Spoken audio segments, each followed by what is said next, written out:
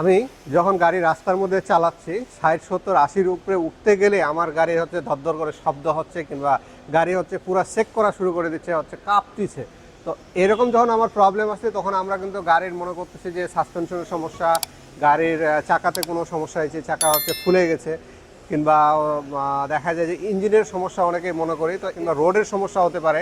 এরকম বিভিন্ন রকমের সমস্যা আছে। এই সমস্যাগুলোকে মাথায় রেখে আমরা হচ্ছে গাড়ি চালাচ্ছি, কিন্তু একজ্যাক্ট কী প্রবলেমটা আছে সেটা কিন্তু আমরা চিন্তা ভাবনা করি না। যদি আমাদের গাড়ির চাকার যদি ব্যালেন্সিং নষ্ট হয়ে যায় সেক্ষেত্রে আমাদের এই প্রবলেমগুলো হবে।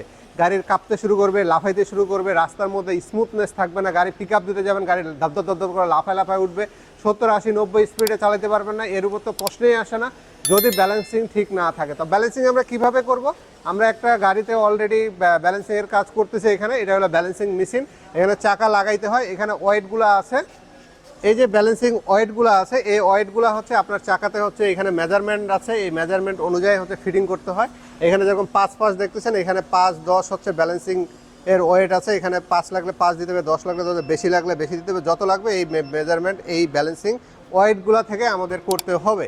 তো এই ব্যালেন্সিংগুলো আমাদের রেগুলার করতে হয়, বলতে হচ্ছে যে আমাদের গাড়ি যখন দেখবো আমরা 60-70-80-90 এই স্পিডগুলোতে চালাতে গেলে গাড়ি কাঁপতেছে, লাফাচ্ছে, ওই সময় আমাদেরকে অবশ্যই ব্যালেন্সিংটা চেক করার প্রয়োজন আছে। তো আমাদের একটা ঈদের অফার চলতেছে, 1200 টাকা হচ্ছে সার্ভিস চার্জ, আর ব্যালেন্সিং ওয়েট পার গ্রাম 5 টাকা করে।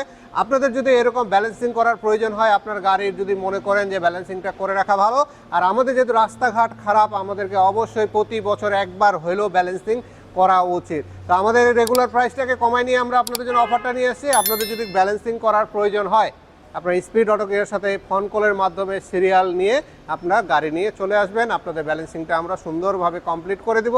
আশা করি আপনার গাড়ি যে প্রবলেম নিয়ে আপনি চলতেছেন সেই প্রবলেমটা আর থাকবে না। সবাই ভালো থাকবেন, আমাদের জন্য দোয়া করবেন। ধন্যবাদ।